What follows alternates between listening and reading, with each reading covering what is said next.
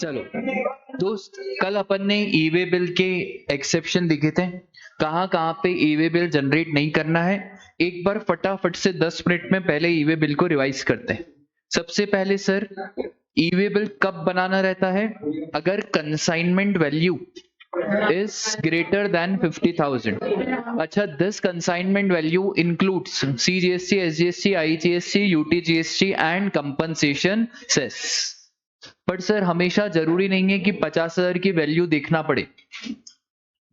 दो केसेस ऐसे भी हैं जहां पे 50,000 की वैल्यू देखने की जरूरत नहीं है। एक है इंट्रानीरे inter state transfer of goods from principal to job worker, और sir inter state transfer of goods by handicraft. तो हैंडीक्राफ्ट गुड्स अगर इंटर स्टेट मूवमेंट हो रहा है तो उस केस में रजिस्ट्रेशन तो नहीं लेना रहता है, रजिस्ट्रेशन आपको 20 लाख के बाद लेना रहता है, बट यहाँ पे आपको ई वे बिल बनाना पड़ेगा। सर आखिरकार बनाएगा कौन? ई वे बिल वो बनाता है जो मूवमेंट ऑफ द गुड्स करवाता है। कौन ई वे बिल बनाता है? जो मूवमेंट ऑफ द गुड्स करवाता है। अगर सप्लायर रजिस्टर्ड है तो हम बाय डिफॉल्ट ये मानते हैं कि मूवमेंट ऑफ द गुड्स किसने कराया? सप्लायर। पर अगर ट्रांसपोर्टेशन रेसिपिएंट ने अरेंज करा तो हम बाय डिफॉल्ट मानते हैं कि मूवमेंट ऑफ द गुड्स किसने कराया है? रेसिपिएंट ने कराया है। बट अगर सप्लायर अनरजिस्टर्ड है, रेसिपिएंट रजिस्टर्ड है, तो बाय डिफॉल्ट ये माना जाता है कि मूवमेंट ऑफ द गुड्स किसने कॉज करा है? रेसिपिएंट ने कराया है। अगर सप्लायर भी ई वे बिल नहीं बना रहा है, रेसिपिएंट भी ई वे बिल नहीं बना रहा है, तो सर हम बोलेंगे ट्रांसपोर्टर आपको ई वे बिल बनाना पड़ेगा। दो पार्ट होते हैं, part number A, part number B. Part A में सर किसकी डिटेल? सप्लायर और रेसिपिएंट की डिटेल, और पार्ट नंबर बी में ट्रांसपोर्टर की डिटेल। ई वे बिल कब कंप्लीट माना जाता है? जब पार्ट ए बन गया तब, कि सर जब पार्ट बी बना तब? E way bill is complete when part B is complete. Part A बनाने के बाद आपको कितना टाइम दिया जाता है? तो पार्ट ए बनाने के बाद आपको 15 दिन दिए जाते हैं ताकि आप पार्ट बी फाइल कर दें। ठीक है। इसके बाद ई वे बिल की वैलिडिटी याद है क्या आपको? वैलिडिटी सर देखो, दो बातें हैं, एक तो ओडीसी और एक नॉर्मल कार्गो। तो नॉर्मल कार्गो के केस में अगर हमारा 200 किलोमीटर है तो फिर 1 डे, बट अगर 220 है तो फिर 2 डेज, 230 है तो भी 2 डेज, सर 400 है तो भी 2 डेज, बट 401 है तो फिर 3 डेज। ठीक है। बट सर अगर हमारा ओवर डायमेंशनल कार्गो है तो ओवर डायमेंशनल कार्गो की स्पीड ज्यादा होती है या कम होती है? कम। तो ओडीसी के केस में बेटा लिमिट कितनी है? 20। तो अगर 401 किलोमीटर है तो 401 डिवाइडेड बाय 20 आएगा हमारा 20 पॉइंट समथिंग। तो 20 पॉइंट समथिंग को हम बोलेंगे क्या? 21। दो चीजों में 20 है, एक तो ओवर डायमेंशनल कार्गो और एक है मल्टी मोडल शिपमेंट, जहां पे एक लैग शिप, थोड़ा ट्रांसपोर्टेशन शिप के थ्रू होना चाहिए। बोलो यहां तक की बात आपको क्लियर है क्या? सर सप्लायर रेसिपिएंट ट्रांसपोर्टर भरेगा, ये तो हमने बात देख ली। रेलवे के केस में, railway vessel aircraft, railway vessel aircraft के केस में सप्लायर या रेसिपिएंट ही ई वे बिल बनाएगा। आप रेलवे को नहीं कह सकते ई वे बिल बनाने के लिए, ना ही आप वेसल वाले को बोलोगे ई वे बिल बनाने के लिए, और ना ही आप एयरक्राफ्ट के केस में बोलोगे ई वे बिल बनाने का। और रेलवे के केस में एक स्पेशल पॉइंट है कि इस केस में मूवमेंट ऑफ द गुड्स के बाद भी ई वे बिल बन सकता है। मतलब गाड़ी चल रही है, क्या गाड़ी के बीच में भी ई वे बिल बना सकते हैं? हाँ सर बना सकते हैं। और एक और पॉइंट, रेलवे को सरकार ने बोला कि डियर रेलवे, आप रेसिपिएंट को गुड्स तब तक नहीं दोगे जब तक रेसिपिएंट क्या ना दिखा दे? ई वे बिल ना दिखा दे। बताऊंगा, ठीक है। रेलवे वाली बात शायद लिखी हुई नहीं है तो आप उसको एक लाइन में कहीं पे लिख दो, अगर नहीं लिखा है तो लिख लो, लिखा तो होगा शायद से। हाँ ये रहा ना यार, goods transported by railway shall be delivered only on the production of e way bill. ठीक है, बोलो यहाँ तक की बात क्लियर है। राजा, bill to ship to model के केस में कितने ईवे बिल? एक ईवे बिल। तो बिल्ड टू शिफ्ट में कोई दो ईवे बिल बनाने की जरूरत नहीं है। सर एक बात बताओ, गाड़ी बीच में खराब हो गई या कन्वेंस चेंज हो गया तो क्या अलग ईवे बिल बनाना पड़ेगा? कोई अलग ईवे बिल नहीं बनाना है, सिर्फ पार्ट बी को क्या करना है? अपडेट करना है। क्या पार्ट बी कितनी बार भी अपडेट कर सकते हैं? हाँ सर, आप n number of times part B को अपडेट कर सकते हो। अच्छा, कश्मीर से कन्याकुमारी तक ऐसे अलग अलग स्टेट के अलग अलग ईवे बिल बनेंगे? नहीं सर, कोई अलग अलग ईवे बिल नहीं बनेगा, बस एक ही ईवे बिल बनेगा आपका कश्मीर से लेकर कन्याकुमारी तक। बोलो बात क्लियर है? अब उसके बाद सर हमने एक्सेप्शन देखा था।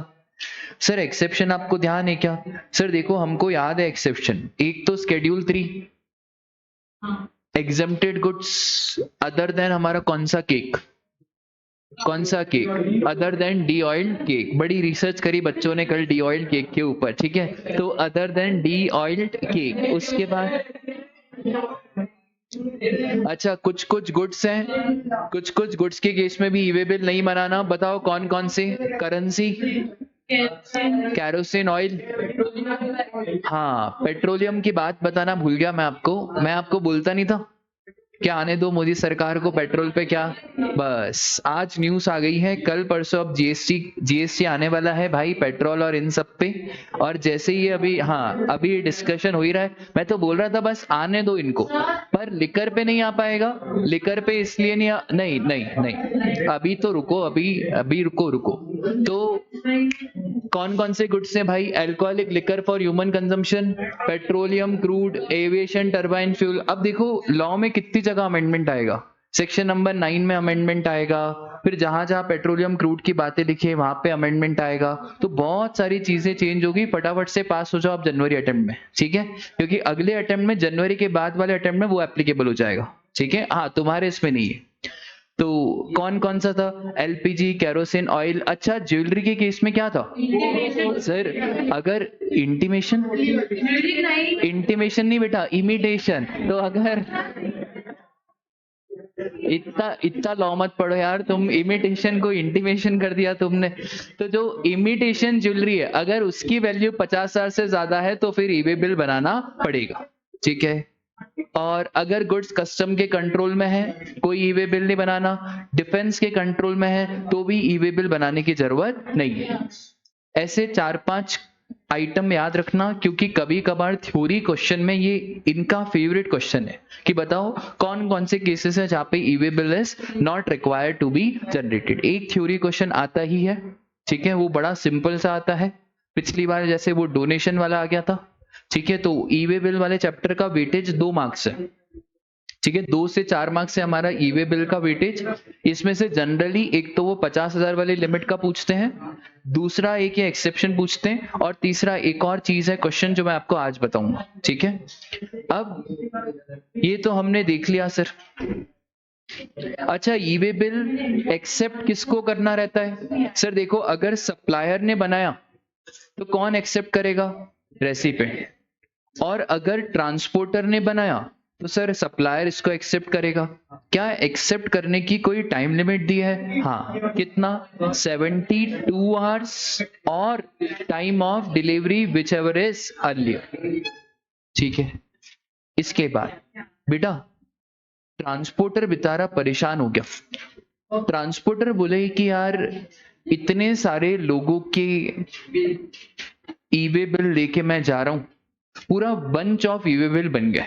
फिर प्रॉपर ऑफिसर बोल रहा है कि यार ये वाला ईवे बिल, ये वाला जो माल है ये चेक कराओ। फिर हमको आधा घंटा ढूंढने में लग रहा है कि इसका ईवे बिल कौन सा। तो ये प्रॉब्लम आ रही थी। तो भाई प्रॉब्लम का निवारण है, हमने बोला ट्रांसपोर्टर एक काम करो, अकाउंट्स पढ़ा है ट्रांसपोर्टर तुमने? नहीं। आओ पेस में आओ, तुमको विनय सर अकाउंट्स पढ़ाएंगे। अगर इंडिविजुअली दिक्कत आती है ना, तो इंडिविजुअली दिक्कत आती है तो हम पता है क्या करेंगे? कंसोलिडेट करेंगे। हमने बोला डियर ट्रांसपोर्टर, आप एक काम करो, ये जितने भी तुम्हारे पास इंडिविजुअल ईवे बिल है ना, इन सबको क्या कर दो? कंसोलिडेट कर दो। और कौन से फॉर्म में? देखो नॉर्मल EWB 01 में ईवे बिल बनता है, अब बहुत सारे ई वे बिल बन गए, अब इसको कंसोलिडेट करेंगे, एक अलग फॉर्म है EWB02। और अगर ट्रांसपोर्टर इंडिविजुअल ई वे बिल कैरी करने की जगह कंसोलिडेटेड ई वे बिल कैरी करेगा क्या, तो भी चलेगा? हाँ सर, तो भी चलेगा, because this is just like the trip sheet. इस ट्रिप शीट में सारी की सारी डिटेल लिखी रहेगी कि भाई ये वाला ई वे बिल नंबर ये है, ये आइटम है, ये सप्लायर है, ये रेसिपिएंट है, फिर सेकंड नंबर, फिर थर्ड नंबर और फिर फोर्थ नंबर। जो सारी इंपॉर्टेंट डिटेल्स है वो सारी किसमें आ जाएगी? EWB02 में। तो क्या मुझे इंडिविजुअली लेके घूमना है? कोई जरूरत नहीं। कैसा लेके घूमो आप? कंसोलिडेटेड लेके घूमो तो भी चलेगा। हाँ सर, तो भी चलेगा। एक और बात, इतने सारे बच्चे, इन सब को कुछ ना कुछ आइटम इधर उधर बेचना है, सबका वैल्यू 1000 रुपए ही है, बट गाड़ी में सामान 50,000 से ज्यादा है। अब क्योंकि गाड़ी में सामान 50,000 से ज्यादा है तो ई वे बिल बनाना पड़ेगा। क्या इस केस में भी कंसोलिडेट कर सकते हैं? हाँ सर, कंसोलिडेट कर सकते हैं। तो इसका मतलब है भले इंडिविजुअली 50,000 से कम है, पर ट्रांसपोर्टर की गाड़ी में 50,000 से ज्यादा है और इंटर स्टेट मूवमेंट हो रहा है। कौन सा? इंट्रा स्टेट में कोई दिक्कत नहीं। आप गुड्स को एक स्टेट से एक स्टेट में पहुंचा रहे हो, वहां पे सरकार को कोई प्रॉब्लम नहीं। प्रॉब्लम सरकार को शुरू कहां पे होती है? इंटर। जब आपका आइटम एक स्टेट से दूसरी स्टेट में जा रहा है तभी जाके क्या होती है? प्रॉब्लम। जॉब वर्क में भी क्या इंट्रा स्टेट में कोई प्रॉब्लम है? नहीं। तो यार देखो यार, एक ई वे बिल जनरेट हो गया, इसको आप क्या कर सकते हो? कंसोलिडेट कर सकते हो। कौन से फॉर्म में? GSTEWB02। और कंसाइनर ने ई वे बिल जनरेट नहीं करा और गुड्स की टोटल वैल्यू कितनी है सर? 50,000 से ज्यादा। उस केस में किसको बनाना पड़ेगा राजा? ट्रांसपोर्टर को बनाना पड़ेगा। ठीक है, बोलो ध्यान रहेगा क्या? बस इतनी सी बात है। सर अगर ई वे बिल को कैंसिल करना हो तो? हाँ, तो ई वे बिल कब कैंसिल होगा? अगर गुड्स से ट्रांसपोर्ट नहीं हुए। आपने ई वे बिल बनाया पर गुड्स ट्रांसपोर्ट करने, गुड्स ट्रांसपोर्ट नहीं हुए, या जो डिटेल्स ई वे बिल में थे उसके हिसाब से गुड्स ट्रांसपोर्ट नहीं हुए, तो उस केस में आप ई वे बिल को कैंसिल कर सकते हो। कितने टाइम में कैंसिल कर सकते हो? 24 hours from the time of generation. एक चीज याद रखना, अगर गलत बन गया पार्ट ए, तो पार्ट ए मॉडिफाई नहीं किया जा सकता। उस केस में आप क्या कर दो? कैंसिल कर दो और फिर वापस से नया ई वे बिल बना दो। 5 मिनट का प्रोसेस है, उससे ज्यादा टाइम ई वे बिल बनाने में लगता नहीं है। कितने टाइम में कैंसिल? 24 आवर्स। याद रखना लिमिट्स है ना, कैंसिल करने की लिमिट है 24 आवर्स, एक्सेप्टेंस की लिमिट है 72 आवर्स और डेट ऑफ डिलीवरी। और फिर वो ई वे बिल की लिमिडिटी, ई वे बिल की वैलिडिटी, तो ई वे बिल की जो वैलिडिटी है वो सब अलग अलग है। ठीक है, तो ये तीनों चीजें आपको क्या रखनी है? ध्यान रखनी है। ठीक है,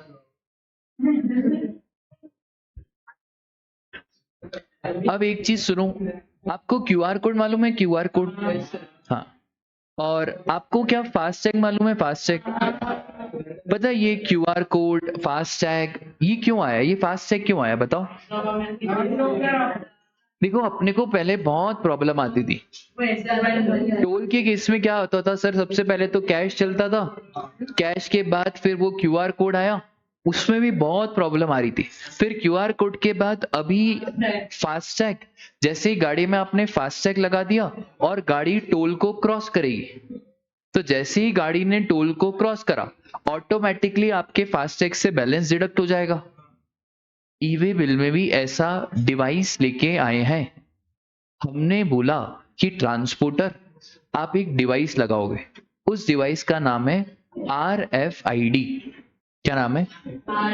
RFID stands for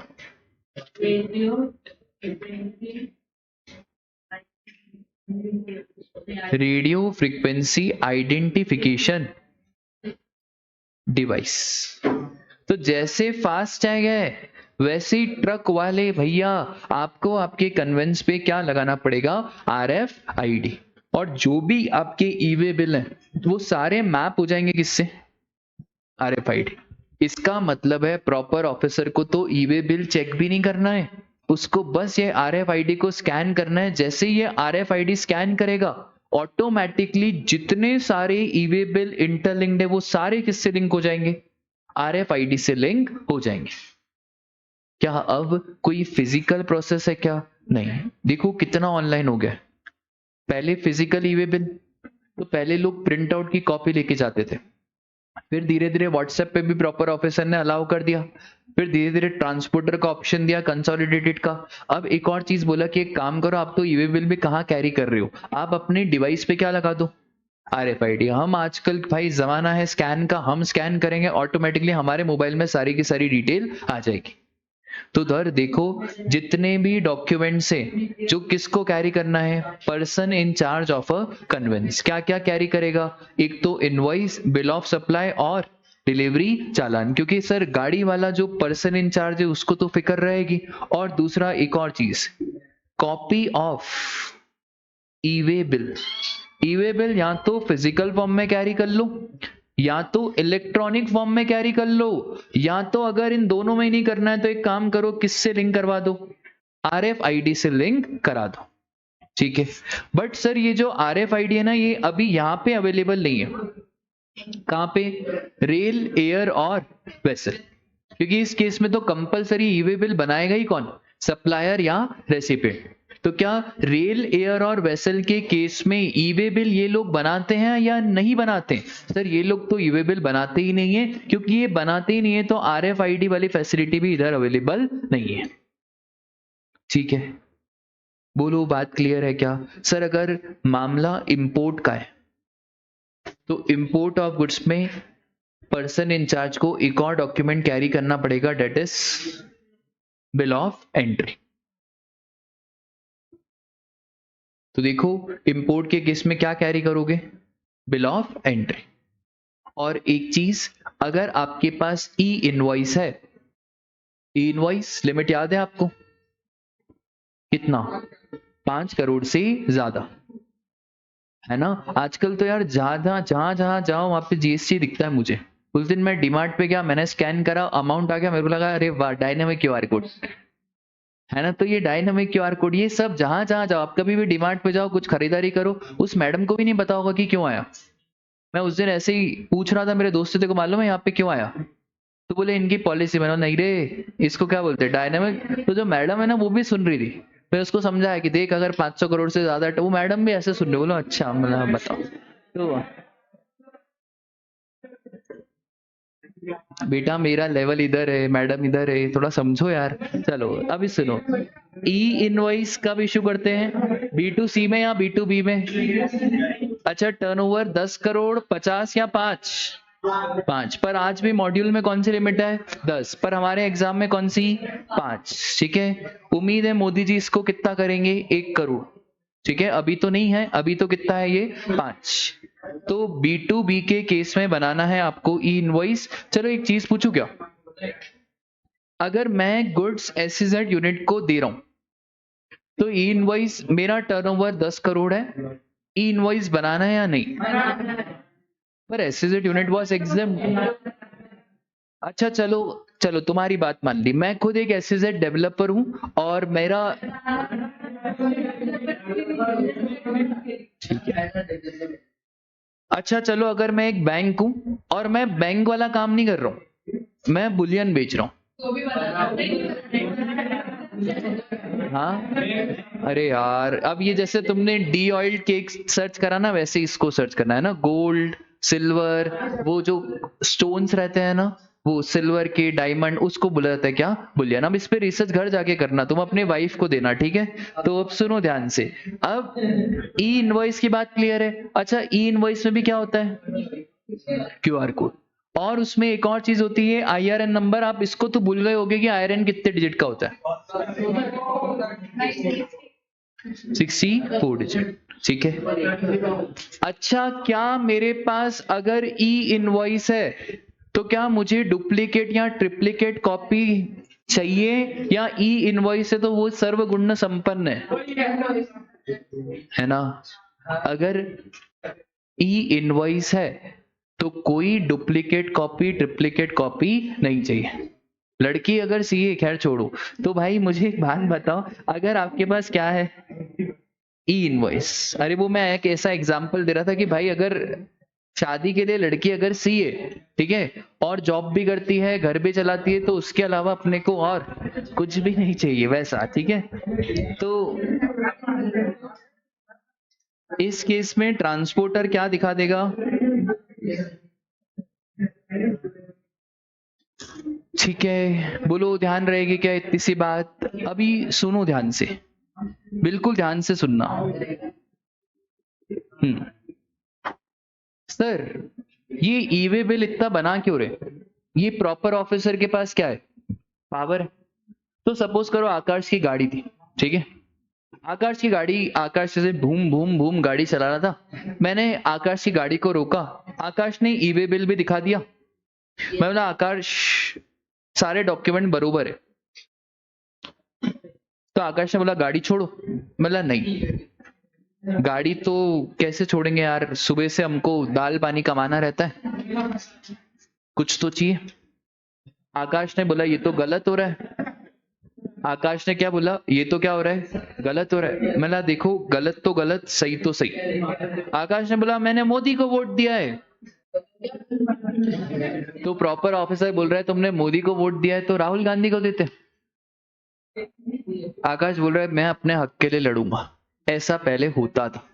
proper officer बताए क्या करता है, गाड़ी को रख रहा है और ऐसी 4-5 गाड़ियां हैं और उनको बोल रहा है अभी आप वेट करो, मेरे खाना खाने का टाइम है, आपकी गाड़ी छोड़ेंगे, चाबी निकाल लेंगे, 1 घंटे 2 घंटे बाद आपको बताते हैं। आकाश बोल रहा है साला सब डॉक्यूमेंट बरोबर है, ई वे बिल भी है, सब डॉक्यूमेंट चेक करा है, जो आइटम है वो चेक करा है, फिर गाड़ी को रोका क्यों है?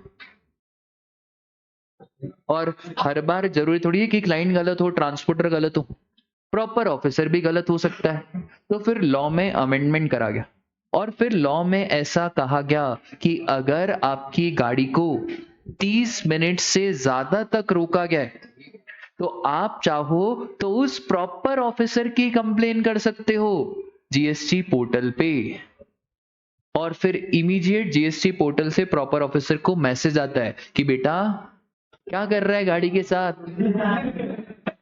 तो अगर आपकी व्हीकल को इंटरसेप्ट या डिटेन कराए for a period exceeding how much, तो ट्रांसपोर्टर आप अपने हक के लिए लड़ो, गाड़ी किसकी है, आपकी।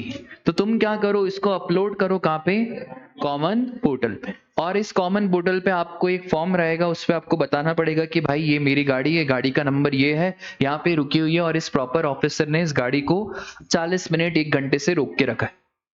आई बात समझ में?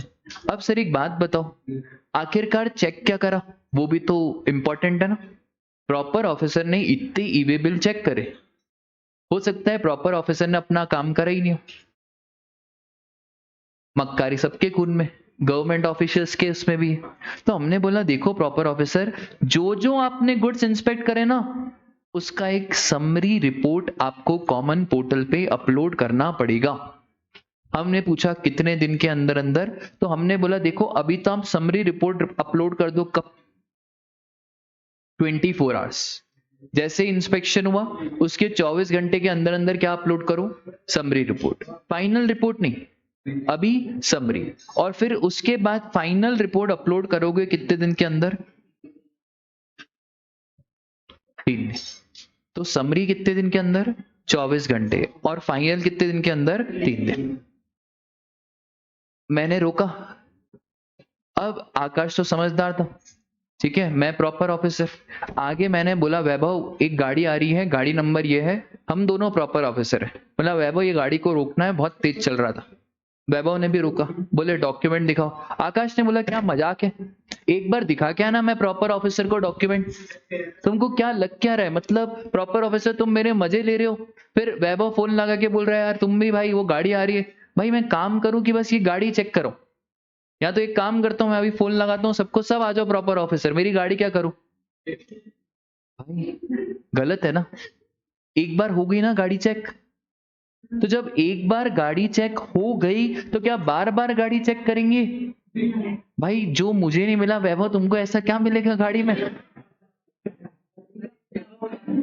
तो सुनो यार हाँ, सबका अंदाज अपना अपना। जैसे ही आपका फिजिकल वेरिफिकेशन हो चुका है, no further physical verification shall be carried out.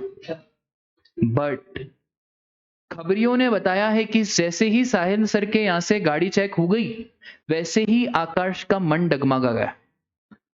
अब क्या हुआ ना, गाड़ी तो चेक हो चुकी है, गाड़ी तो चेक हो चुकी है, पर गाड़ी चेक होने के बाद वैभव तुमको कुछ शक है, तुमको लग रहा है कि कुछ तो ये टैक्स चोरी का मामला है, कुछ तो गड़बड़ है।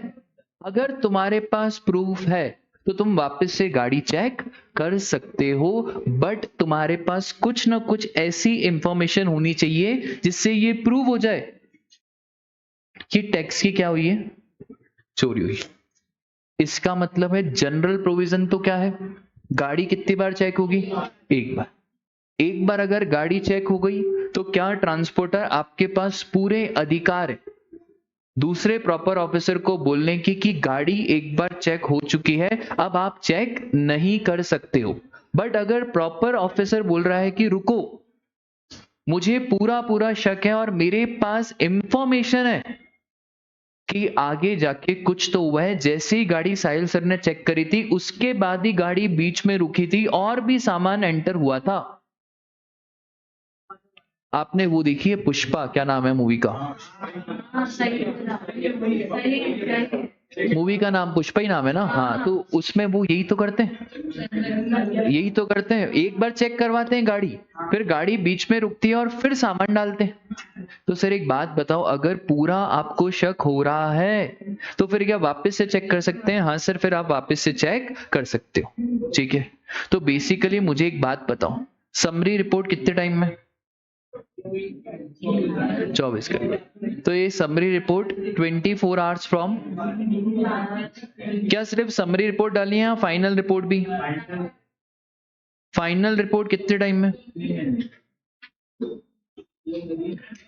और सर अगर गाड़ी कितने टाइम तक आप होल्ड कर सकते हो? तो हमने बोला देखो यार, ट्रांसपोर्टर बेचारे गरीब को परेशान मत करो, मैक्सिमम कितने टाइम, 30 मिनट से ज्यादा होल्ड तो कर सकता है, पर उतनी देर में क्या चले जाएगी, कंप्लेंट। बट कंप्लेंट करने का अधिकार किसके पास है, ट्रांसपोर्ट। आई बात समझ में? बस इतनी सी बात है। और हाँ सर एक और चीज मुझे बताओ, क्या एक बार गाड़ी चेक हो गई तो हो गई? हाँ हो गई, बट अगर आपके पास प्रूफ है फॉर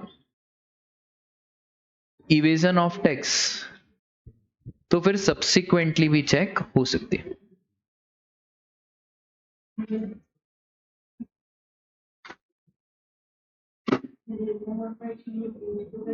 ठीक है,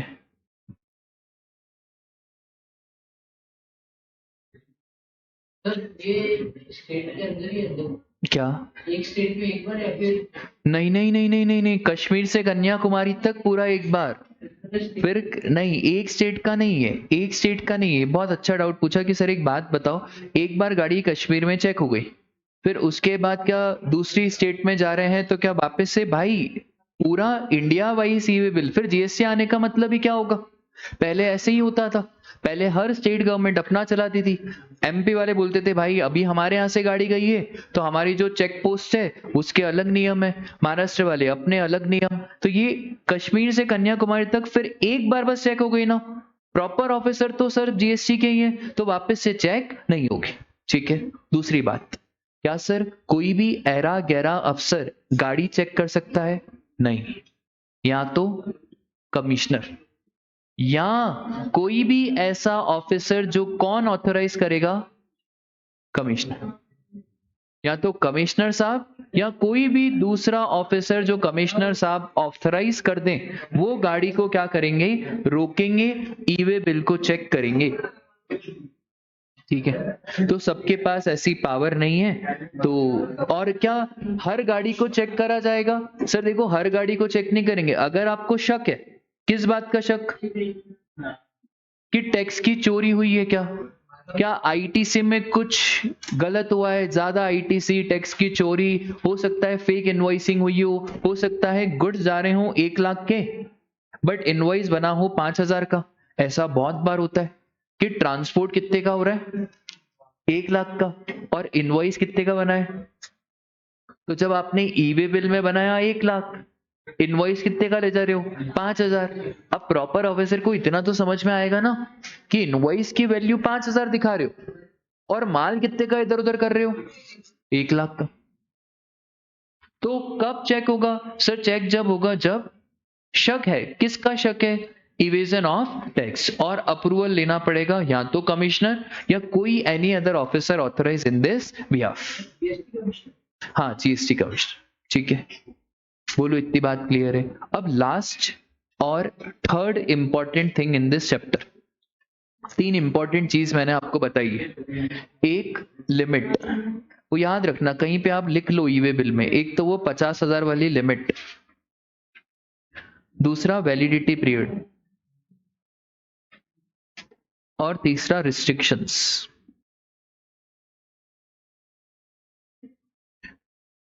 अब क्या हुआ ना, ई वे बिल बनाना तो बहुत जरूरी है।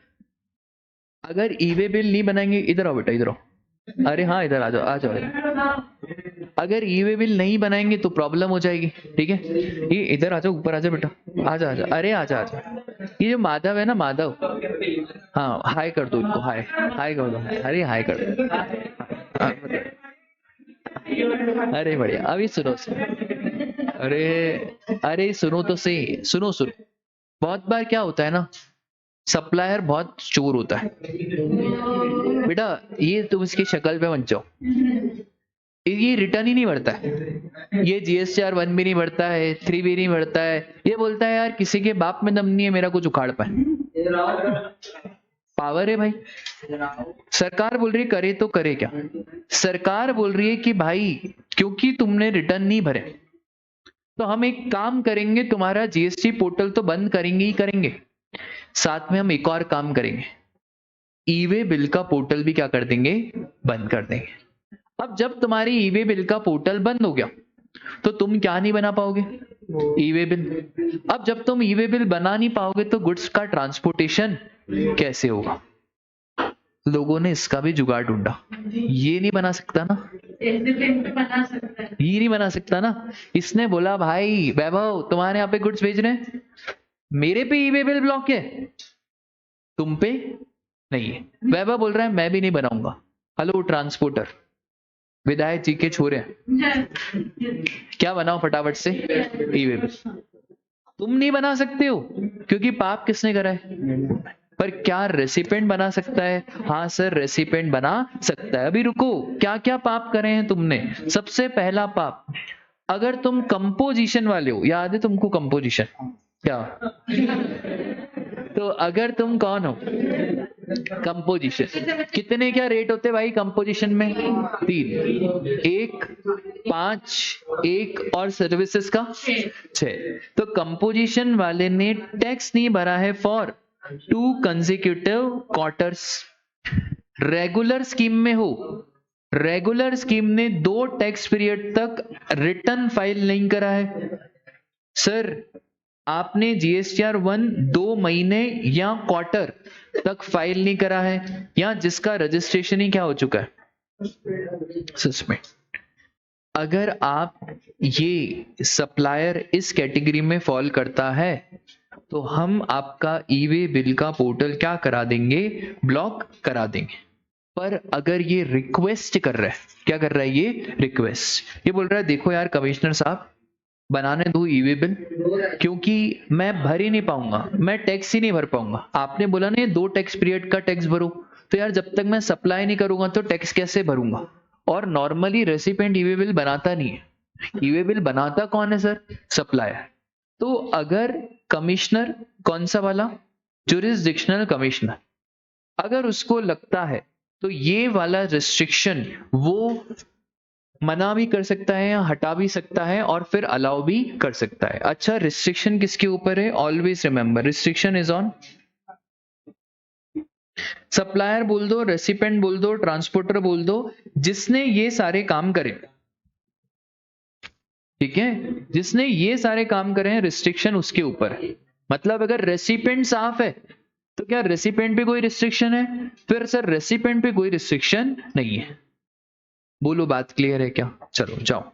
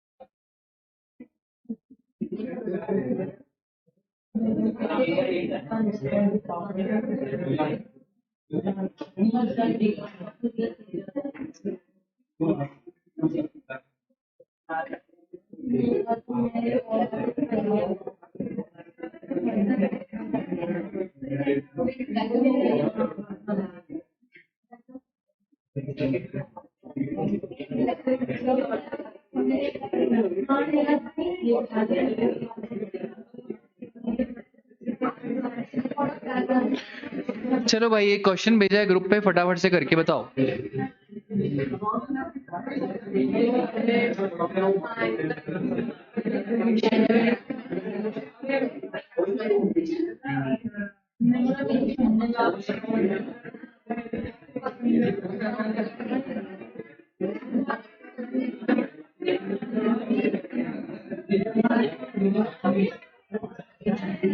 अच्छा इसको लिख के बताओगे, मैं अभी कॉपी चेक करूंगा। भेज दिया मैंने। तो बेटा अलग से थोड़ी भेजूंगा।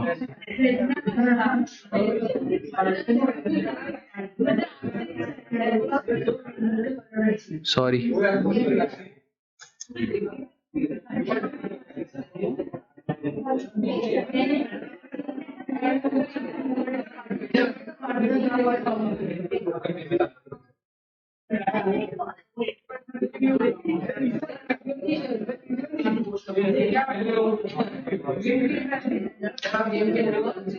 ड्रीम वर्ल्ड वाला क्वेश्चन भी आपने नहीं करा, वो भी भेजा था मैंने।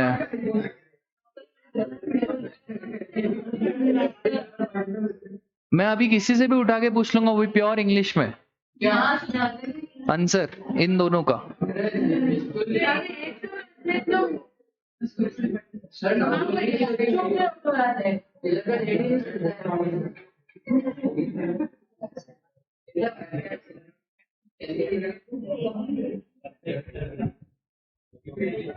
क्यों देवांशी इस बार के पेपर में कुछ आए थे क्या ईवीपी?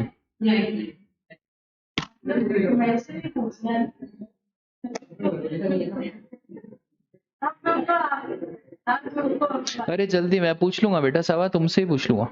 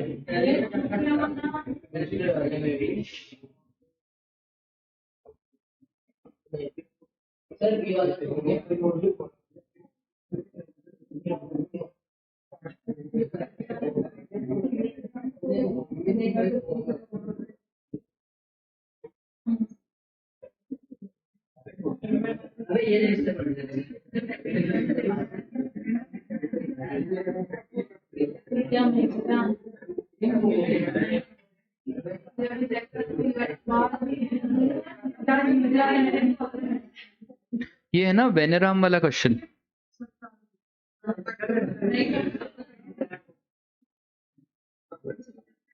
तो यार एक काम करते ना, फ्लो चार्ट बनाते। कौन है भाई ये? वेनेराम। वेनेराम कौन है बेटा? वाओ, ललित किराना स्टोर्स। दुकान का नाम तो सोच समझ के रखा है, क्यों माधव? ललित किराना स्टोर्स, ठीक है। कौन है बेटा ये? कंपोजिशन वाला। वाओ, और ये इसकी शॉप कहाँ पे है? Rajasthan. He has not furnished the statement for payment of self-assessment tax for 2 consecutive quarters. ठीक है, 2 क्वार्टर्स तक इन्होंने स्टेटमेंट फाइल नहीं करा, ठीक है। he placed an order for the purchase of taxable goods worth 5,50,000 with Messrs Bob and Sons. नाम तो ढूंढ ढूंढ के लाए ये लोग। तो भाई इन्होंने ऑर्डर प्लेस करा, मतलब ये खुद रिसीवर है और सप्लायर कौन है? ठीक है।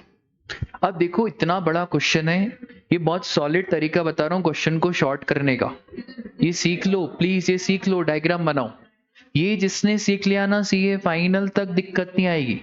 ये बस सीख लो क्या बनाना, डायग्राम। अकाउंट्स का क्वेश्चन हो, किसी का भी क्वेश्चन हो, डायग्राम बनाओ, ठीक है। उसके बाद क्या है भाई, ये for the purchase of taxable goods worth 5,50,000, ये भी कहाँ का है, Rajasthan. Oh wow, Bob and Sons has been regularly filing GST return. ये अच्छा बंदा है Bob and Sons. Bob and Sons want to generate e-way bill in respect of intra-state supply to Lalit. Whether Bob and Sons is allowed, नहीं क्यों allow होगा, allow या not allow? अच्छा किसने पढ़ा है आपको इतना अच्छा? तो यार बॉब एंड सन्स आपको तो क्या है, बॉब एंड सन्स आपको तो अलाउ है। किसको मना करा है हमने, किसको मना करा है? इसको हमने मना करा है। इसको बोल रहे हैं बेटा, ये नाम है इसका क्या, वेनाराम। वेनाराम को हमने बोला बेटा वेनाराम आपको ई-वे बिल बनाने नहीं देंगे, पर क्या बॉब एंड सन्स बना सकता है? हाँ सर ये भी नालायक हुआ तो, अरे हाँ अगर ये भी नालायक हुआ ये भी नालायक हुआ, तो अगर दोनों नालायक हुए तो फिर हमको रिक्वेस्ट करना पड़ेगा किससे, ट्रांसपोर्टर। और सर अगर ट्रांसपोर्टर भी नालायक हुआ तो बेटा फिर भूल जाओ तीनों नालायकों, अब इधर गुड्स इधर उधर नहीं जा सकता है। अब अगर प्रॉपर ऑफिसर ने गुड्स चेक करा, क्योंकि अब विदाउट ई-वे बिल जा रहा है, तो फिर आपके ऊपर एक पेनल्टी लग जाएगी, ठीक है, 25,000 रुपए। क्या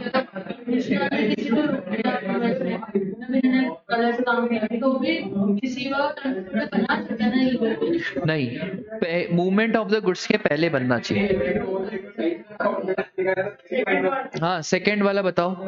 अच्छा सुनो, एक डाउट आया था कि डाउट ये आया सर एक बात बताओ, मेरे में है ना बड़ी हिम्मत थी, ऐसा सबा ने बोला सर मेरे में बड़ी हिम्मत थी और मैं तो सर बिना ई-वे बिल के गुड्स लेके गई। अब कमिश्नर ने चेक करा, मैंने फुल लगाया, मतलब सीएस साहब एक काम करो ई-वे बिल बनाओ, है ना, पिताजी का तो राज है अपने। जब कमिश्नर ने पकड़ा तब ई-वे बिल, बेटा e-way bill always movement of the goods के पहले बनता है। गाड़ी चेक होने के बाद वहीं पे, हिम्मत तो देखो, कमिश्नर के सामने ही सीए को फोन, अरे सीए साहब वो कमिश्नर ने पकड़ा, एक काम करो क्या बनाओ, ई-वे बिल। क्या बना सकते हैं? बिल्कुल नहीं बना सकते, पेनल्टी लग जाएगी। आ जाओ सेकंड वाला बताओ। Oh wow, dream world private limited कहाँ है? Registered in the state of Haryana. इनका टर्नओवर है कितना?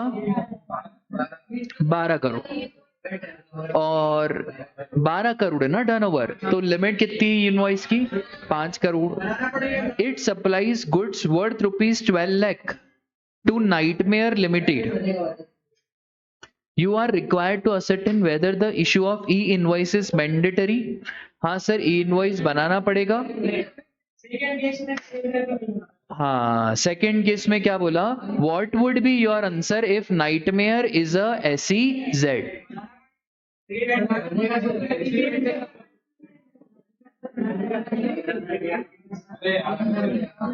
बेटा बस इतना ग्रुप नहीं चलाते कि हमारे बेसिक कॉन्सेप्ट हिल जाए। बेटा सेकंड केस में बनाना पड़ेगा क्या? हाँ सेकंड केस में भी बनाना पड़ेगा।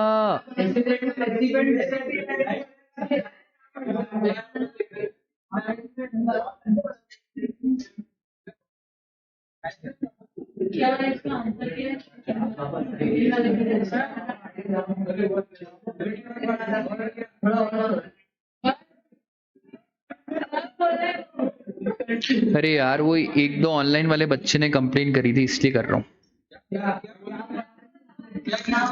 अरे नहीं, वो ऑनलाइन वाले बच्चों को इसमें प्रॉब्लम आती है, जैसे अभी अपने डिक्टेट करा ना तो बहुत सारे बच्चे रिकॉर्डेड भी लेंगे तो फिर उसमें उनको प्रॉब्लम आती है वैसा। तो सुनो, ड्रीम वर्ल्ड प्राइवेट लिमिटेड कहाँ पे रजिस्टर्ड है? हरियाणा। तो टर्नओवर है 12 करोड़। बेटा 12 लाख का गुड सप्लाई करा किसको? सप्लायर कौन और रिसीवर कौन?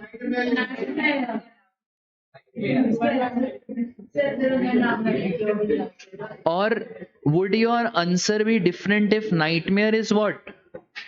भाई नाइटमेयर हमारा नाइट हो, मून हो, सुबह हो, हमें इससे कोई लेना देना नहीं है। हमें लेना देना किससे? ड्रीम वर्ल्ड से।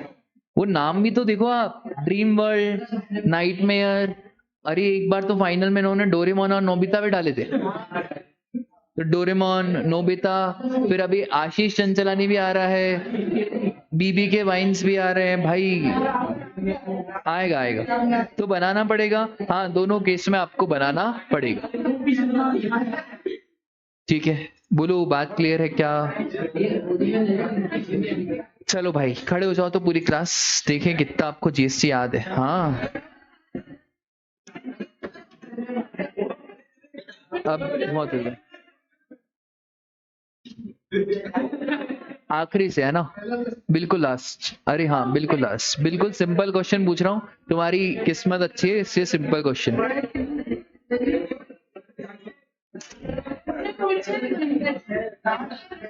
सोच समझ के है ना? मैं गवर्नमेंट डिपार्टमेंट हूँ, मेरा टर्नओवर 1000 करोड़ है, डायनामिक क्यूआर कोड बनाना है या नहीं? पास, तुम खड़े ही रहोगे। मैं गवर्नमेंट डिपार्टमेंट हूँ, हो सकता है तुमने सही बोला, मैंने अभी तक बोला क्या तुमने सही या गलत बोला? मैंने तो कुछ बोला ही नहीं, मैं तो मैं वापस से पास कर रहा हूँ ना बेटा। मैं गवर्नमेंट डिपार्टमेंट हूँ, टर्नओवर 1000 करोड़, मैं खुद सप्लायर हूँ, मेरे को डायनामिक क्यूआर कोड लगाना है या नहीं? नहीं, ठीक है सर, डायनामिक क्यूआर कोड लगाना पड़ेगा। जब मैंने बोला था कि यार इतना हार्श प्रोविजन है और जब गवर्नमेंट ही पीछे हट जाएगी तो क्या और आम आदमी कैसे फॉलो करेगा? ई इनवॉइसिंग में एग्जम्पशन है बेटा, इंस्टीट्यूट का क्वेश्चन नहीं है। ई इनवॉइस में एग्जम्पशन है गवर्नमेंट डिपार्टमेंट को, डायनामिक क्यूआर कोड में गवर्नमेंट डिपार्टमेंट की एग्जम्पशन नहीं है। ठीक है, अभी तो दोनों को सजा तो हो गई पक्का। बढ़िया, अब बैठ जाओ तुम दोनों, तुम सजा की तैयारी होगी तुम्हारी। चलो बेटा थर्ड, आराम से है ना?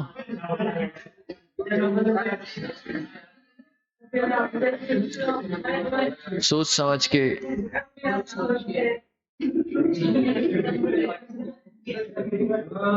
हाँ चलो,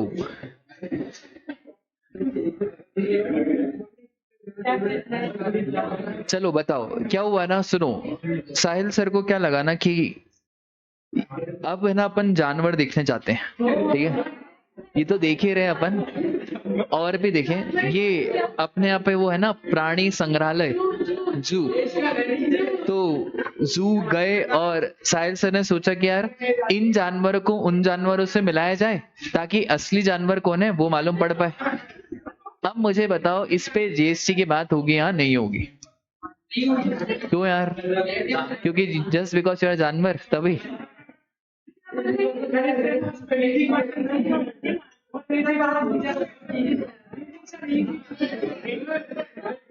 क्या हुआ ना, साहिल सर ने सोचा कि शादी में अपन कव्वाली वालों को बुलाएं, है ना? बढ़िया, कव्वाली वव्वाली का प्रोग्राम रखें। कव्वाली वाले ने बोला कि सर 2 घंटे गाएंगे, हाँ 1,20,000 लेंगे। मतलब यार पैसे का रुबाव हमको मत दिखाओ, 1,20,000 मैंने दे दिया। अब जीएसटी का क्या करे? 1,20,000 पे जीएसटी लगेगा नहीं लगेगा? कव्वाली परफॉर्मेंस हो रहा है साहिल सर की शादी में। पास, खड़े हो जाओ बेटा। हाँ बोलो। यही है भाई साहिल सर की।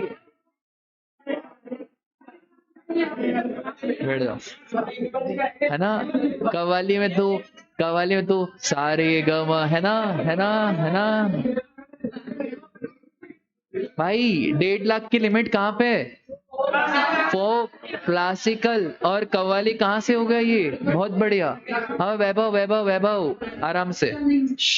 चलो तुमसे सबसे सिंपल क्वेश्चन।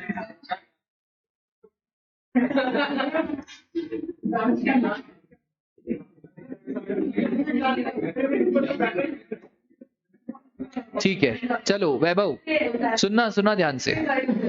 क्या हुआ ना, साहिल सर की शादी हो गई, ठीक है। अरे सुनो तो सही, बढ़िया। अरे आगे तो सुनो, अभी आगे सुनो। साहिल सर के क्या है ना, 2 नन्हे मुन्ने जुड़वा बच्चे हुए, ठीक है। अभी पहले सुनो तो सही, पहले सुनो तो सही। सर का, अरे हाँ बधाई बधाई। सर का अरे हॉस्पिटल का सर का बिल आया 2 लाख रुपए। अभी रुक जाओ, आगे क्या हुआ ना, ये हॉस्पिटल में 2 लाख का बिल तो आया ही आया, बट वाइफ को आईसीयू में एडमिट करना पड़ा, हालत इतनी सही नहीं थी, ठीक है। आईसीयू के रूम का भी कितना लगा? 1 लाख। जैसे ही आईसीयू के रूम के बाहर आए, अब हमने नॉर्मल रूम में डाला और नॉर्मल रूम का रेट था 6,000 रुपए, ठीक है। अब तुम्हें बताना है किस पे जीएसटी लगेगा और किस पे नहीं लगेगा। अच्छा, जस्ट बिकॉज इट इज 6,000। अरे क्यों लगेगा 6,000 पे? हाँ तो ऐसा बोलो ना। और इधर, ये इधर, ये भी तो 5,000 से ज्यादा है। ये सबको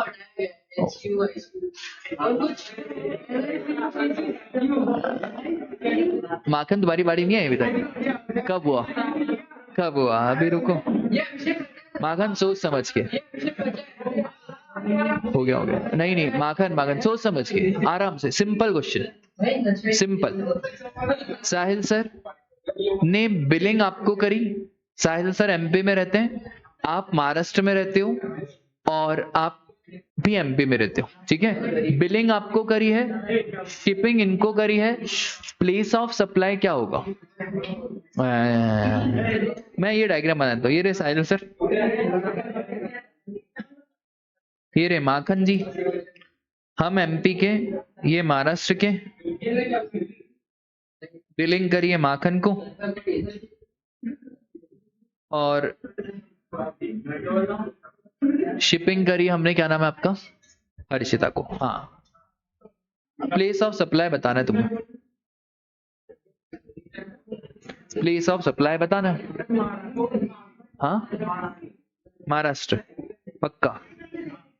अच्छा चलो बैठ जाओ, हाँ बैठ जाओ।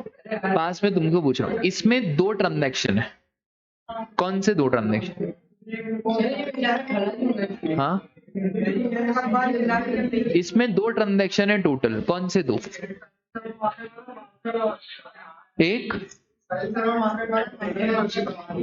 एक साहिल सर और माखन वाला, और एक, ठीक है।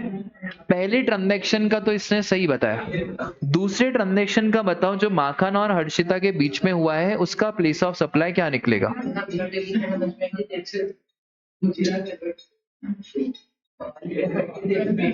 बैठ जाओ। कीर्तन, डाउट ये है कि क्रेडिट किसको मिलेगा, हर्षिता को मिलेगा कि माखन को मिलेगा? बैठ जाओ।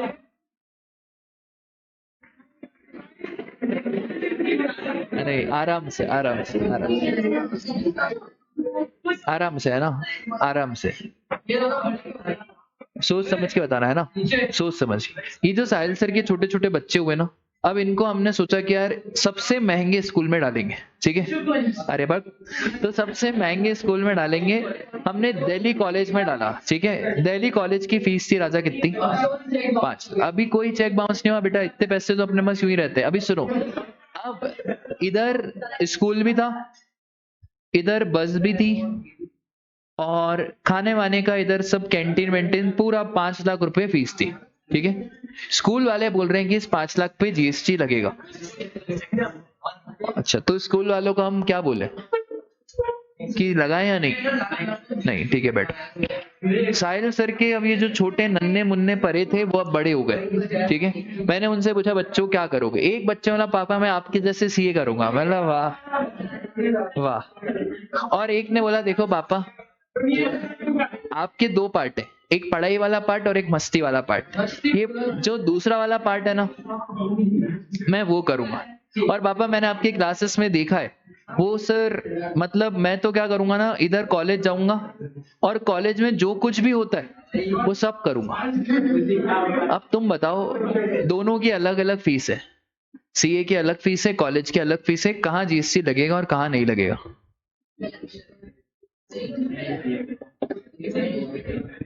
पास, हाँ। हाँ, कोचिंग नहीं है, आईसीएआई की बात चल रही है, कोचिंग की बात नहीं कर रहे। पास, आईसीएआई पे नहीं लगेगा और कॉलेज पे पास। पास, आईसीआई पे पास, कॉलेज पे भी नहीं लगेगा और आईसीएआई पे भी नहीं लगेगा। Services by school, college and institute to student, faculty and staff exam.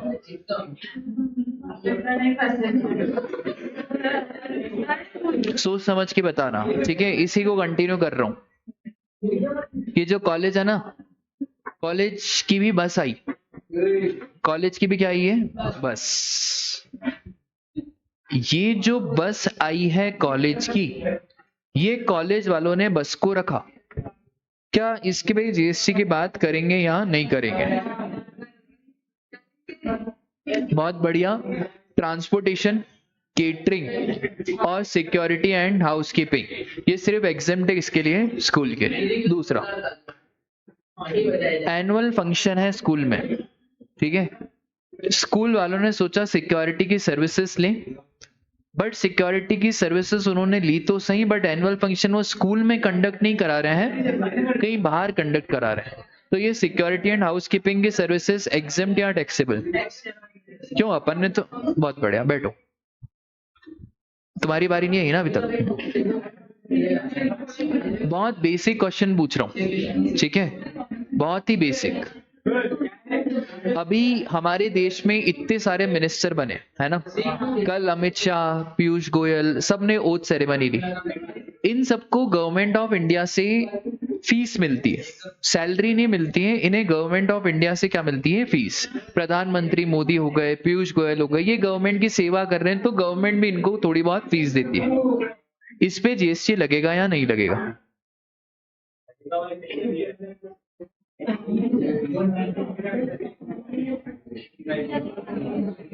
पास, पास। क्यों? क्यों नहीं लगता है? रॉन्ग, पास। बहुत बढ़िया। गलत मत बोलो, एग्जेम्प्ट मत बोलो, एग्जेम्प्ट नहीं है, स्केड्यूल नंबर 3 नेगेटिव लिस्ट में कवर है। किसने बोला था? हाँ, ठीक है बेटा, अभी सोच समझ के बताना।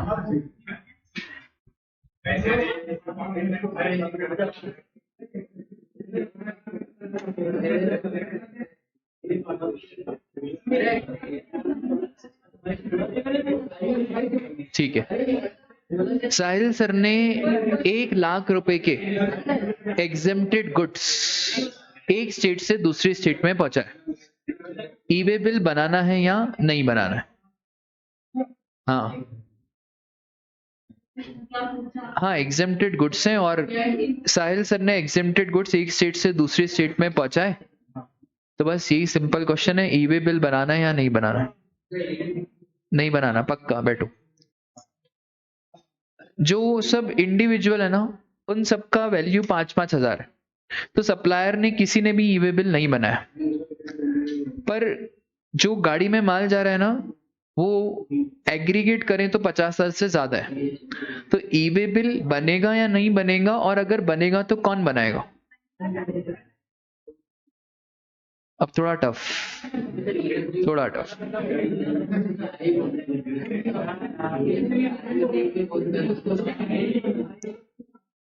पूछ लो ना टफ।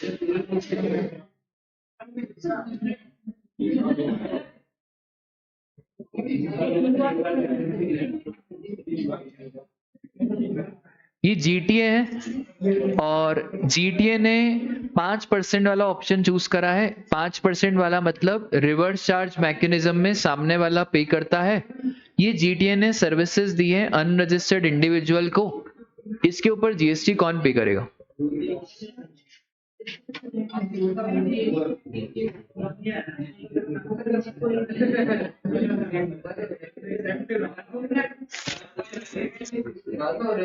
जीटीए ने रजिस्टर्ड इंडिविजुअल को सर्विसेज दी है, ठीक है, और ये जो जीटीए है ना मिल्क ट्रांसपोर्ट कर रहा है। हाँ तो बताओ, तो डोरेमोन वाला गुड्स भी एग्जाम्प्ट है, ठीक है। अब कौन कौन रह गया है बेटा? वहां पे तो ज्यादा बच्चे खड़े, हाँ ठीक है। सेकेंड राउंड वापस से शुरू कर रहा हूँ, ठीक है। कोई भी चैप्टर तुम बोल दो तुम्हारी पसंद का, जो भी चैप्टर तुम्हारी पसंद का, ई वे बिल को छोड़ के, क्योंकि अभी पढ़ा है। क्वेश्चन नहीं बेटा, कोई चैप्टर, कोई भी चैप्टर। बस अब तुमने बेटा बोल ही दिया एग्जामिनेशन और प्लेस ऑफ सप्लाई, तो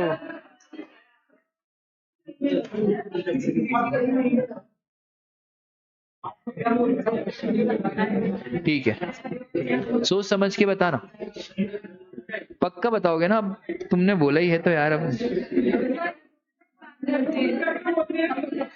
मैं सिंपल क्वेश्चन ही पूछूंगा, मैं पक्का सिंपल ही पूछूंगा। क्यों घबरा रहे हो?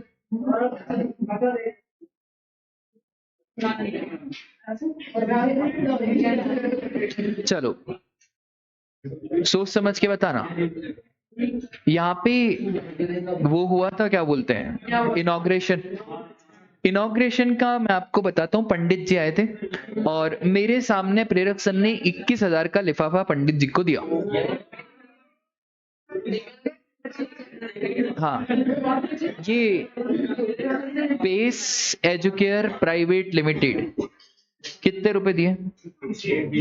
ठीक है, पंडित जी को। What about GST?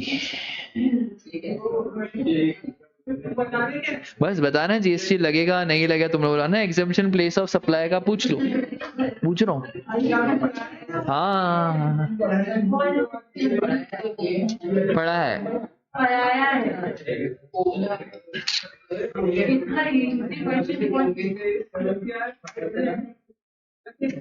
बहुत बढ़िया, अब तुम बेटा आ जाओ, अब तुम बताओ लगेगा या नहीं लगेगा। बहुत बढ़िया, दोनों की सजा तो देखते बताएंगे आगे। पास क्या होता है? ठीक है, पास तो पास। बताओ, ये क्वेश्चन है बस। पेस ने 21,000 रुपए दिए पंडित जी को, यहाँ पे पूजा वूजा हुई, पूजा पाठ हुई, तो 21,000 रुपए दिए बेटा। पंडित जी को कोई भी पैसे दिए जाते ना, rituals, birth ceremony, death ceremony, माता का जगराता, उसके ऊपर कभी भी जीएसटी की बात नहीं होती। याद करो, हमने एग्जाम्पल लिया था, मेरे को अभी भी एग्जाम्पल याद है जया किशोरी जी का। हमने उनका एग्जाम्पल लिया था जब हम ये टॉपिक पढ़ रहे थे। अभी ठीक है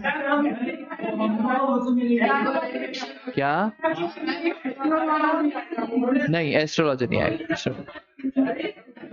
अभी तुमने बोला ना, अब क्या होगा? अब अभी तो सजा हुई, तुम्हारा पास बाकी है ना, ठीक है, सोच समझ के, है ना, गड़बड़ मत करना। नहीं यार, चलो ठीक है। लेंस कार्ट से चश्मा खरीदा, सोच समझ के बताना, थोड़ा सा टफ बना रहा हूं, ठीक है। 1,000 रुपए का फ्रेम, 500 रुपए का लेंस। उन्होंने बोला कि सर वो आपको पैकेजिंग के लिए वो डब्बा वब्बा भी लगेगा। मैंने ठीक है, 200 रुपए वो, और डिस्काउंट उन्होंने मेरे को दे दिया 100 रुपए का। अब जीएसटी कितने रुपए पे लगेगा, बस ये बताना है।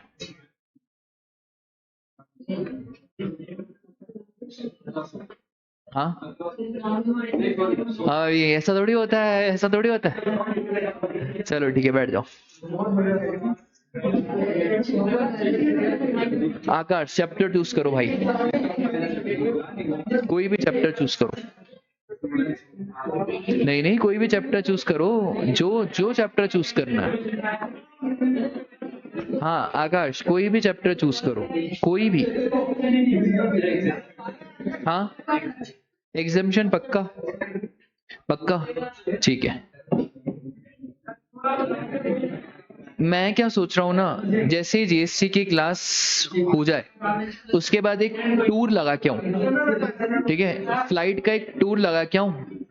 इकोनॉमी क्लास में, अभी बिजनेस क्लास तो क्या ही करना, तो मैं इकोनॉमी क्लास में टूर लगा रहा हूँ एक बढ़िया। हाँ, बगडोगरा एक जगह है वेस्ट बंगाल में, तो वहां टूर लगाने का मैं सोच रहा हूँ। जीएसटी लगेगा, फ्लाइट की टिकट पे जीएसटी लगेगा या नहीं लगेगा? डाउट समझ में आ गया? मेरे को जाना है टूर पे, इकोनॉमी क्लास, बगडोगरा जगह है वेस्ट बंगाल में।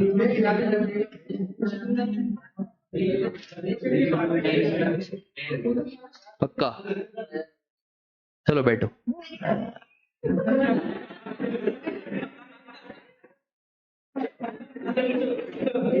फेवरेट चैप्टर बोलो।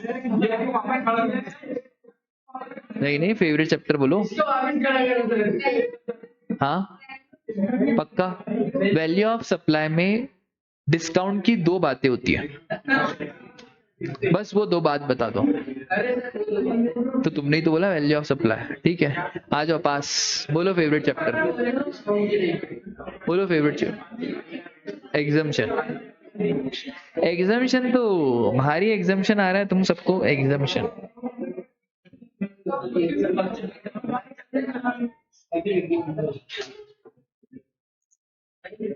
चलो ठीक है, एग्जाम्शन पक्का?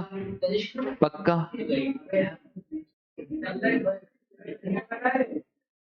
ये जो है ना वैभव, ये वैभव एक, अरे इधर इधर, वैभव एक होटल में गया, ठीक है, और होटल में रूम का चार्जेस था 900 रुपए, ठीक है। अब ये मत पूछना वैभव होटल में क्यों गया, गया तो गया।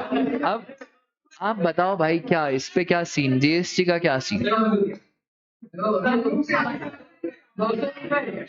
अरे हाँ, बोलो बोलो। क्या क्या?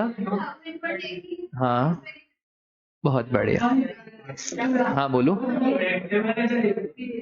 जिस कॉन्फिडेंस से बोला बेटा, होटल है होटल, कोई वो मंदिर गुरुद्वारा नहीं है। होटल होटल होटल होटल, पहले गया तिल लेने, we are living in current century, hotel. अब बेटा 1 2 3 4 5 6 7 8 है ना, आपकी सेकंड बारी नहीं आई ना? कोई कोई कोई। इधर क्या नाम है आपका? तुम्हारा भी सेकंड राउंड नहीं आया ना? सेकंड राउंड नहीं आया ना? बस बस, शांति शांति। एक एक कोई भी क्वेश्चन अदिति से पूछो, कोई भी, सिंपल हो टफ हो कोई भी हो। अच्छा वो मालूम है ना तुमको कि अगर उसने सही बता दिया, ठीक है, हाँ बोलो। अरे रुक जाओ, हाँ बोलो।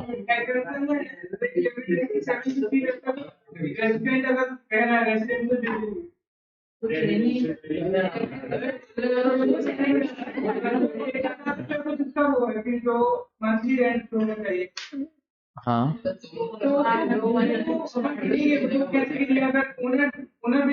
अच्छा, वो बेटा 750 नहीं, 7,500 है। मैं क्वेश्चन समझा देता हूँ, क्वेश्चन क्या है। क्वेश्चन इसका बस इतना सा है, नहीं वो तो 7,500, क्वेश्चन बस इसका इतना सा है कि एक एग्जाम्शन है हमारी 7,500 रुपए की, RWA की, ठीक है। उसमें इसने पूछा कि जो मेंबर है वो मेंबर की काउंटिंग कैसे करेंगे, बस ये मेंबर की काउंटिंग कैसे करेंगे, या तो या नंबर ऑफ मेंबर्स।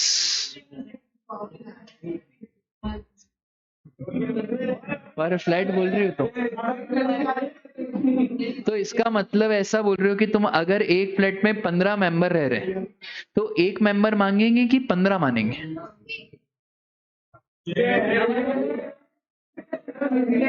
कोई दिक्कत नहीं, कोई दिक्कत नहीं बेटा। कोई एक क्वेश्चन चलो तुम वापस उससे पूछ लो, कुछ भी कुछ भी।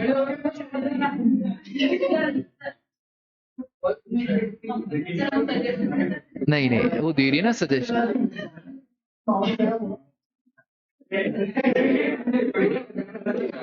नहीं, रिपीट नहीं पूछोगे, रिपीट नहीं पूछोगे।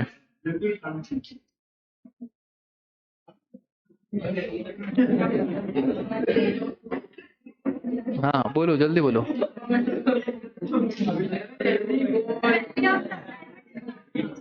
नहीं, वो तो रिपीट है, रिपीट नहीं पूछेंगे। रिपीट नहीं नहीं, रिपीट नहीं, रिपीट पूछेंगे नहीं।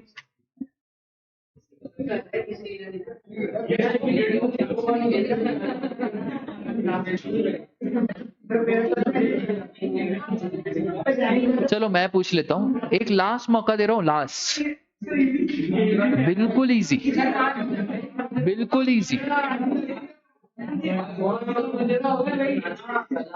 ठीक है, पक्का सबसे इजी क्वेश्चन।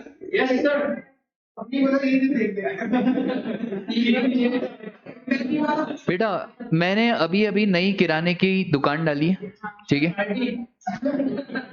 मैं चाहता हूं कि मैं ये चाहता हूं कि यार मैं भी अपना सामान ब्लिंकिट पे बेचूं, ठीक है। बट जीएसटी लॉ ऐसा बोलता है कि जब भी अगर आपको ई कॉमर्स ऑपरेटर पे बेचना है तो पहले जीएसटी रजिस्ट्रेशन नंबर लो। मतलब रजिस्ट्रेशन नंबर लेने की जरूरत नहीं है। अच्छा, बच गए।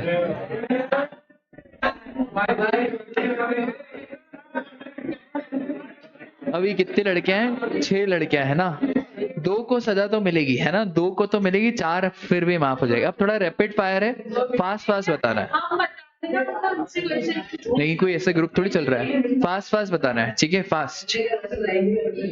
कंपनी ने यस या नो में आंसर दोगे है ना। कंपनी ने डोनेशन दिया साईं बाबा ट्रस्ट में और वहां पे उन्होंने बोला कि नाम लिखो कंपनी का, टैक्स से सप्लाई बनेगा या नहीं बनेगा? बैठ जाओ, बनेगा, ठीक है, क्योंकि किसका नाम है? कंपनी का नाम है, इंडिविजुअल का नाम नहीं है। दूसरा, सोच समझ के बताना, सोच समझ के है ना।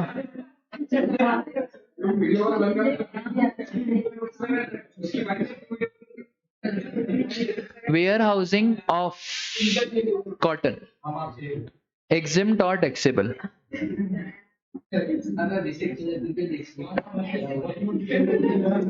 Sorry, warehousing of cotton is खड़े हो गया। सोच समझ के, इनक्यूबेटी की एक लिमिट है। एक इनक्यूबेटर होता था, एक इनक्यूबेटी होता था, उस इनक्यूबेटी की एक लिमिट होती है। किसी को भी याद है चारों में से इनक्यूबेटी की लिमिट?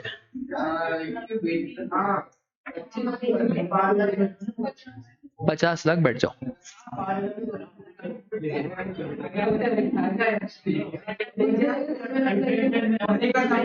बाद में बहुत सिंपल क्वेश्चन पूछ रहा हूं, बहुत ही सिंपल, ठीक है। मेरे मामा की कपड़े की शॉप है, ये मतलब रियल लाइफ का है। मेरे मामा की कपड़े की शॉप है और मामा सिर्फ एमपी में गुड्स बेचते हैं, इंदौर से उज्जैन, उज्जैन से भोपाल, सिर्फ एमपी। मामा का टर्नओवर है 28 लाख रुपए। एक चार्टेड अकाउंटेंट ने मामा को बोला कि जीएसटी का रजिस्ट्रेशन कराओ। आपको मामा को एडवाइस देनी कि जीएसटी का रजिस्ट्रेशन कराना है या नहीं कराना है। किसने बोला 40 लाख? अपन ने तो 20 की पड़ी लिमिट। इंट्रा स्टेट है तो इंट्रा स्टेट में 40 लाख पक्का। अगर मामा आइसक्रीम बेच रहे होते तो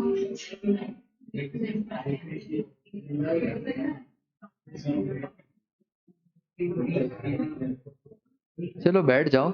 आइसक्रीम में 20 लाख की लिमिट लगती है और बाकी सारे गुड्स में कितनी? 40 लाख। 1 2 3 है ना, तीनों में से एक बचेगा। मैं पहले ही बता दे रहा हूं, जिसको भी आंसर आता है ऐसा हाथ ऊंचा करके बता देना, और गलत बताया तो फिर सजा मिलेगी, ठीक है।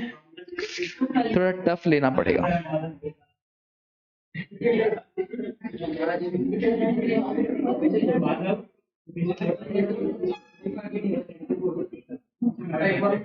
ठीक है, आराम से, है ना। क्या हुआ ना, ये वैभव है ना, वैभव इसने संगीत सिखाना शुरू करा, है ना। प्रभु प्रभु वैभव ने क्या शुरू करा, संगीत सिखाना शुरू करा, ठीक है। हाँ जी, बताओ क्या इसने संगीत सिखाना शुरू करा और ये बच्चों से पैसे ले रहा है, 101 रुपए, 1101 रुपए, मैक्सिमम इसकी 6000 रुपए फीस है। हाँ जी, बताओ आप क्या इसके ऊपर जीएसटी की बात करें या नहीं करें। म्यूजिक की क्लास चालू करी है वैभव ने, नॉर्मल म्यूजिक, नॉर्मल म्यूजिक, इसमें तो कुछ भी नहीं, नॉर्मल म्यूजिक की क्लास। पक्का? क्यों,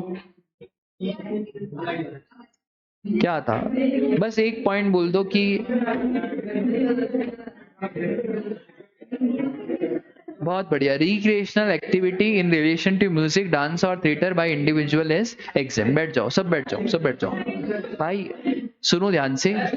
हाँ मैं दे दूंगा, अरे हाँ हाँ हाँ, रुक जाओ। क्या होगा, मैंने बिठा दिया ना।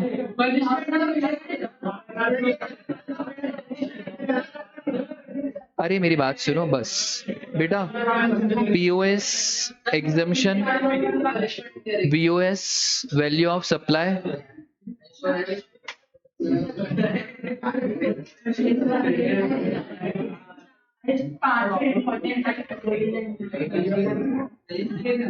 पचास में से 30 प्लस का पेपर इनमें से आएगा, ठीक है। और हमारी तैयारी इतनी खास अभी नहीं चल रही है ना, पढ़ लो बेटा। जैसे मैं मेरे कजिन भाई का आपका एग्जांपल देता हूँ ना, उसको उसको भी मैंने अभी मेरे ही लेक्चर दिलवाए हैं, उसने 50 लेक्चर निपटा भी दिए 4 दिन में, 5 दिन में। अरे रुपए उपे छोड़ो बेटा प्लीज, अभी यार देखो जनवरी में ये मत समझना कि बहुत टाइम है, अब कसम से टाइम कम है। नॉर्मली 4 महीने लगते हैं इंटर को पास होने, नॉर्मली 2 महीने में इंटर पास नहीं होती है। हर कोचिंग पे कोर्स 2 महीने पहले खत्म होता है, हर कोचिंग। बट इस बार ज्यादा टाइम मिला है तो ज्यादा टाइम को वेस्ट मत करो। नॉर्मल आपको 4 महीने चाहिए इंटर के बोथ ग्रुप पास होने के लिए, और इंटर के बोथ ग्रुप तभी पास होंगे जब आप रिवाइज करोगे। रिवाइज नहीं करोगे तो याद नहीं होगा। आपका क्या है ना, आपको चीजें याद नहीं हो रही है, बार बार आप भूल रहे हो, तो बोलोगे ही सही ना यार, क्योंकि बेटा अपन ने रिवाइज ही नहीं करा है। अब देखो 30 जून तक मोर और लेस सब आपका खत्म हो जाएगा, एफएम और कॉस्ट आपका बचा रहेगा, बाकी अकाउंट, सीएससी, लॉ और ये सब चैप्टर आपके खत्म हो जाएंगे। अब उसके बाद एफएम कॉस्ट तो जैसा जैसा चलते जा रहा है वैसा वैसा आप करते जाओ, कोई दिक्कत नहीं है। बाकी सब्जेक्ट्स को इग्नोर मत करो, टाइम टू टाइम रिवाइज करो। रिवाइज नहीं करोगे तो पूरा भूल जाओगे, और अल्टीमेटली आखिरी में जिसने 3-4 बार रिवाइज करा उसी को याद आता है, ठीक है। और ये सब्जेक्ट मेरे वाले इंपॉर्टेंट है। इस बार 4-5 महीने की ज्यादा छुट्टी मिली है, please try for a rank. एक बार रैंक आती है ना, लाइफ बदल जाती है, सिर्फ एक बार। मैं कसम से बोल रहा हूं, there is huge difference between a ranker and a normal chartered accountant. मेरी लाइफ का एक ही रिग्रेट है कि रैंक नहीं आई। ये रैंक आपको 5 कदम आगे पहुंचा देती है, ठीक है। और ये रियलाइज होता है, जॉब में भी रियलाइज होता है। जॉब में भी रैंकर को प्रायोरिटीज मिलती है, टीचिंग फील्ड में भी रैंकर्स को प्रायोरिटी मिलती है। ये फैक्ट बता रहा हूं, रैंकर की प्रायोरिटी ही अलग होती है। ये दुनिया की कड़वी सच्चाई है तो है। ये मेरी गलती की मेरी रैंक नहीं आई, तो ऐसी गलती आप भी करो, आपकी भी रैंक नहीं आएगी। फिर आप भी क्या बनना, नॉर्मल बनना। फिर आप भी गधों की तरह दौड़ लगाते रहना, आपकी जिंदगी है, आपको करना है। फिर घूमते रहना, जॉब के धक्के खाते रहना। आपको क्या लगता है सीए बनने के बाद ऐसी जॉब लग जाएगी, कंपनी आएगी? बेटा प्रायोरिटीज रहती है कंपनी की। फर्स्ट दे सिलेक्ट रैंकर्स, फिर उसके बाद दे सिलेक्ट फर्स्ट अटेम्प्ट, उसके बाद they select multiple attempt. Sir attempt लगने से फर्क नहीं पड़ता, किसने बोला नहीं पड़ता? पड़ता है, 100% पड़ता है, 100%। कंपनी आपको जज ही करती है आपके अटेम्प्ट से। सर ये तो गलत है, हाँ तो है, क्या करें? ऐसे ही क्राइटेरिया है। आप क्या क्राइटेरिया को चेंज करोगे? तो आप क्राइटेरिया को चेंज नहीं कर सकते हो, आप अपने आप को चेंज कर सकते हो। सर हमारे पास में बहुत सारा ट्रॉमा रहा है, हमारा पास ऐसा है, हमारा पास ऐसा है। Past doesn't matters, you can change now. Past क्या करेगा तुम्हारा पास्ट? आधे बच्चे बोलते हैं कि सर हमारे पास में ऐसा था, हमको ऐसा था, हमारे घर पे ऐसा था, तो हमारी मेंटल वेलबींग ऐसी हो गई है। पास्ट डजंट मैटर्स, पास कोई देख भी नहीं रहा है, जो आपका पास में हुआ वो कोई नहीं पूछेगा। All matters is now now now. आप कुछ आज करोगे, आप चाहोगे ना चेंज होना, आप ही हो पाओगे। 100 देख लेना, 100 मोटिवेशन की वीडियो, अंदर से चेंज होने का नहीं आएगा, नहीं हो पाओगे। आप सोचो आज ही, आप ऐसा मन में बनाओ कि कब तक ये नॉर्मल लाइफ जिएंगे, कब तक ऐसे नॉर्मल जिएंगे। कभी तो ऐसा होना चाहिए ना यार, अपनी भी रैंक आए, अपने भी फोटो छपे और अपने को लोग बोले कि भाई क्या करा था जो तेरी rank I. At least think of the rank, think of the rank. तो कम से कम एक सोचोगे तो कम से कम थोड़े बहुत नंबर आएंगे, पास हो जाओगे। हम सोच ही नहीं रहे रैंक का, हम सिर्फ सोच रहे भाई पास हो जाए तो ही बढ़िया। और चेंज किसी के हाथ में नहीं है। आप अपनी लाइफ को आज अभी 5 मिनट के अंदर चेंज कर सकते हो। It is just belief. आपने सोचा, आप चेंज हो जाओगे। आप चेंज होना ही नहीं चाहते हो क्योंकि आप सोचते ही नहीं हो कि हम भी कर सकते हैं।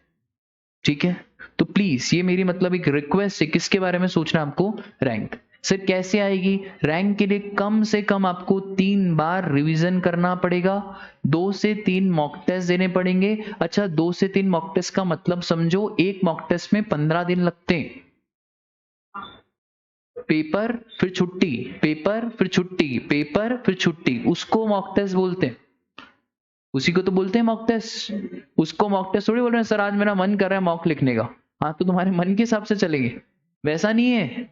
3 मॉक टेस्ट का मतलब है 12 डेज पर मॉक टेस्ट। तो 12 इंटू 3 कितना हो गया? 36।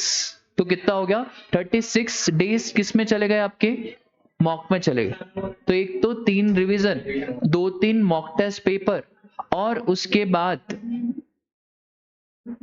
अगर रैंक लानी है तो एक बार स्टडी मटेरियल की रीडिंग माननी पड़ेगी। उससे कॉन्फिडेंस डेवलप होता है। सारे फैकल्टी के नोट स्टडी मैट से ही डिजाइंड है। बस एक बार स्टडी मटेरियल का रीडिंग मारते हैं ना, तो उससे कॉन्फिडेंस आपका इधर बूस्टअप हो जाता है। पास होना है, फैकल्टी के नोट्स पढ़ लो, आपके 60 नंबर सब में आ जाएंगे। बट अगर रैंक लानी है, स्पेसिफिकली आपको रैंक लानी है, तो रैंक लाने के लिए इसको भी 1-2 बार पढ़ना पड़ेगा। ठीक है, तो प्लीज सोचो। तो कम से कम आपकी क्या आएगी? रैंक आएगी। और इसके लिए कसम से सीरियसली आप सोचो। ठीक है, हमारी तैयारी कोई इतनी खास नहीं है, कोई इतनी खास नहीं है। अभी तक हो जानी चाहिए अच्छी खासी तैयारी। प्लीज जो छुट्टियां मिली उसको यूटिलाइज करो, नहीं तो बेटा वो चले जाएगा। और ऐसा होता है, मतलब ये छुट्टियां मिली, आपको लग रहा है कि बहुत अच्छा हो गया है, कुछ अच्छा नहीं हुआ है, उल्टा नुकसान हुआ है। ठीक है, आपको क्या लग रहा है इंस्टीट्यूट अब आपको छोड़ेगा? बेटा वो आराम से बिल्कुल शानदार पेपर के लेवल बनाएगा। और फिर वो पेपर के लेवल में आप देखो, आपका कंपटीशन भी बढ़ेगा। अब आपका कंपटीशन भी उन लोगों से जिनकी तैयारी भी आपके जैसी चल रही है, जिनका भी कोर्स हो चुका है। और कुछ बच्चे ऐसे भी हैं जिन्होंने ऑनलाइन में लेक्चर निपटा दिए, अब उनका सेल्फ स्टडी का दौर शुरू हो गया है। हमें देखना पड़ेगा कि हम कहाँ लैग कर रहे हैं। और देखो सब तो पास होंगे नहीं। ठीक है, आपके 20% 30% बच्चे पास होंगे। और ऑलवेज रिमेंबर, लोग बोलते हैं ना कि नवंबर के बाद मई आता है। After every November there is May, there is no May. After November there is only November. कोई मई बीच में नहीं आता है। आप जिस बच्चे के अटेम्प्ट लगते हैं ना, मैंने रेयरली कोई ऐसा बच्चा देखा होगा जिसका नवंबर के बाद वो मई में पास हुआ। क्योंकि पहली बार जब फेल होता है ना इंसान, उसके बाद तो उसको सूझी नहीं पड़ती है। तो नवंबर के बाद वो तो अभी 3 महीने हो गए ना, तो अभी आपके 3 अटेम्प्ट है। 3 अटेम्प्ट कौन कौन से आपके? एक तो हो गया नवंबर, जनवरी और मई। जनवरी सितंबर, हाँ जो भी, जनवरी सितंबर और जनवरी जून सितंबर, एक बार एक भी अटेम्प्ट लगता है ना, उसके बाद ये मत समझना कि अगले अटेम्प्ट में पास हो जाएंगे, नहीं होते हैं अगले अटेम्प्ट में पास। मैं आपको मेरा बताता हूँ, लिटरली मेरे को इंटर में 193 नंबर आए थे 200 में से, फर्स्ट ग्रुप में। ठीक है, तो I was fail. First group में मैं क्या हो गया था, फेल। उसके बाद सेकेंड ग्रुप का रिजल्ट तो पूछो ही मत, सेकेंड ग्रुप के तो बिल्कुल बाहर नहीं आ रहे थे हमारे। फिर मैंने सेकेंड बार दिया तो बिल्कुल डिप्रेस था, क्या ही पढ़ाई होगी। सेकेंड बार मैंने दिया तो मेरे को आज भी याद है 200 में से कितने थे, 194। फिर उसके बाद मैंने फर्स्ट ग्रुप करके दिया, एक ग्रुप अलग सेकेंड ग्रुप अलग। इतनी देर में मेरे को ये रियलाइज हो गया था कि अपन क्या कर रहे हैं, ये नहीं कर रहे। उस दिन के बाद से अब तक मैं कभी फेल नहीं हुआ। क्यों नहीं हुआ, मुझे मालूम है कि क्या गड़बड़ है। फाइनल में भी मैंने दोनों ग्रुप साथ में ही दिए हैं, 40-50 नंबर कम थे, वरना अपने भी रैंक आ जाती। ठीक है, अपने नंबर कम नहीं थे, फाइनल में अच्छे खासे नंबर थे, बस 40-50 नंबर से रैंक आ जाती। नहीं आई तो उसका गम आज भी। झूठ मेरे से बोला जाता नहीं है, जो मैं बोलता हूं बिल्कुल कड़ी कोटी सच्चाई, बिल्कुल सच्चाई। ये करेंगे तो पास होंगे, ये नहीं करेंगे। अच्छा, इट डजेंट मैटर आपने किससे लेक्चर लिए, कोई मैटर नहीं करता, सब एक जैसे ही है। वही साहिल सर है, वही बीबी सर है, वही विशाल सर है, सब एक जैसा ही जीएसटी पढ़ा रहे, कोई मैटर नहीं करता। आपको क्या लगता है बच्चों को, क्या यार हमने इससे लेक्चर लिया हम पास हो जाएंगे? अरे ultimately it is all your self study, सब सेल्फ स्टडी पे ही बेस करता है। अल्टीमेटली आखिरी दिन पे आपका पेपर मैं थोड़ी लिखूंगा। हाँ, मैं आखिरी दिन पे बोलूंगा पेपर लिखना है, जंग तो तेरे को ही लड़नी है ना, मारना तो अर्जुन को ही है। कृष्ण बस बोलेगा कि देख अर्जुन ऐसा कर, देख अर्जुन ऐसा कर। कृष्ण कुछ भी नहीं करेगा, वो सिर्फ क्या देगा, डायरेक्शन। सुनना आपको है, तो ये तो बिल्कुल मैटर नहीं करता, माइंड में तो रखना ही मत हमने ये क्लास ली इससे लिए फलाना ढिमका। अल्टीमेटली आखिरी दिन पे आप खुद ही हो, और आप ही को वो चेंज होना है। ठीक है, तो प्लीज ये याद रखो, कोई भी कुछ भी हो जाए, ये आज ही याद रखो कि यार अगर हमको इंटर निकालनी है तो बैक ऑफ द माइंड ये रखना कि हमें कितने रिवीजन करने, 3, नो मैटर व्हाट। और कितने मॉक टेस्ट, 2 से 3 मॉक टेस्ट का मतलब याद रखना, 1 mock test is equal to 15 days. Mock test मतलब ये नहीं होता कि हमने, ये इंटर है यहाँ पे ऐसा नहीं 6 दिन Monday Tuesday Wednesday Thursday Friday Saturday mock लगा दिया। यहाँ बहन ये फाउंडेशन नहीं चल रहा है, ये है इंटर। यहाँ पे आपको मॉक के पहले 1.5 दिन छोड़ना पड़ेगा, उस 1.5 डेज में आपको तैयारी करनी पड़ेगी। कैसे क्या, उस 1.5 डेज का स्ट्रेटेजी डिसाइड करना पड़ेगा, फिर जाके पढ़ना पड़ेगा। ठीक है, और एक और चीज, ये कोई करता ही नहीं है, ना एक्सरसाइज है ना मेडिटेशन है, सिर्फ अपन चले जा रहे। इसको प्लीज ध्यान रखो, मेडिटेशन इज वेरी इंपॉर्टेंट। रोज आपको क्या लगता है, क्लास के पहले रोज मेरा सुबह को भी मेडिटेशन होता है, रात को सोने के टाइम पे भी मेडिटेशन होता है। सर करना पड़ता है, हाँ करना पड़ता है, बिकॉज फिजिकल ट्रॉमा से ज्यादा आजकल मेंटल ट्रॉमा है।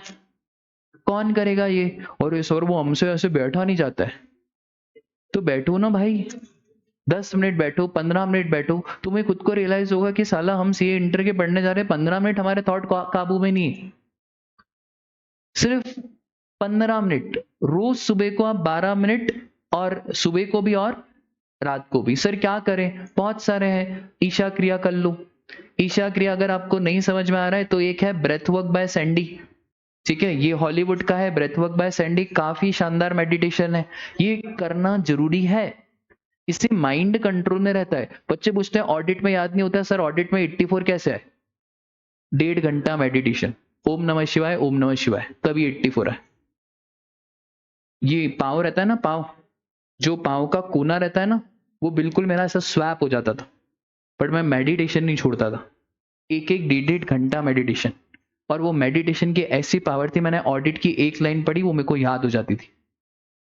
मेरे को बाद में रियलाइज हुआ कि यार फाइनल में एक गड़बड़ हो गई, कि अपन पढ़ाई के जोश में इतने आ गए कि अपन ने एक चीज तो छोड़ ही दी, क्या, मेडिटेशन, और उससे याद हुआ ही नहीं। याद करने का एक ही तरीका है मेडिटेशन, जितना मेडिटेट करोगे उतना याद होगा। आप शुरुआत करो 15 मिनट से, 20 मिनट से, और एक्सरसाइजेज इंपॉर्टेंट। नॉर्मल एक्सरसाइज, कोई हैवी एक्सरसाइज आपको नहीं करनी है। बैडमिंटन खेलना है बैडमिंटन खेलो, क्रिकेट खेलना है क्रिकेट खेलो, नॉर्मल एक्सरसाइज करना जरूरी है, ठीक है। लड़कों को भी करना है और लड़कियों को भी करना है, ठीक है। ये थोड़ी बहुत बेसिक बातें हैं, इसको प्लीज ध्यान में रखो। और अब शुरू हो जाओ, है ना, पढ़ाई लिखाई करना शुरू हो जाओ। देखो अपने पास या फेल होने से अपने माता पिता को भी बहुत फर्क पड़ता है।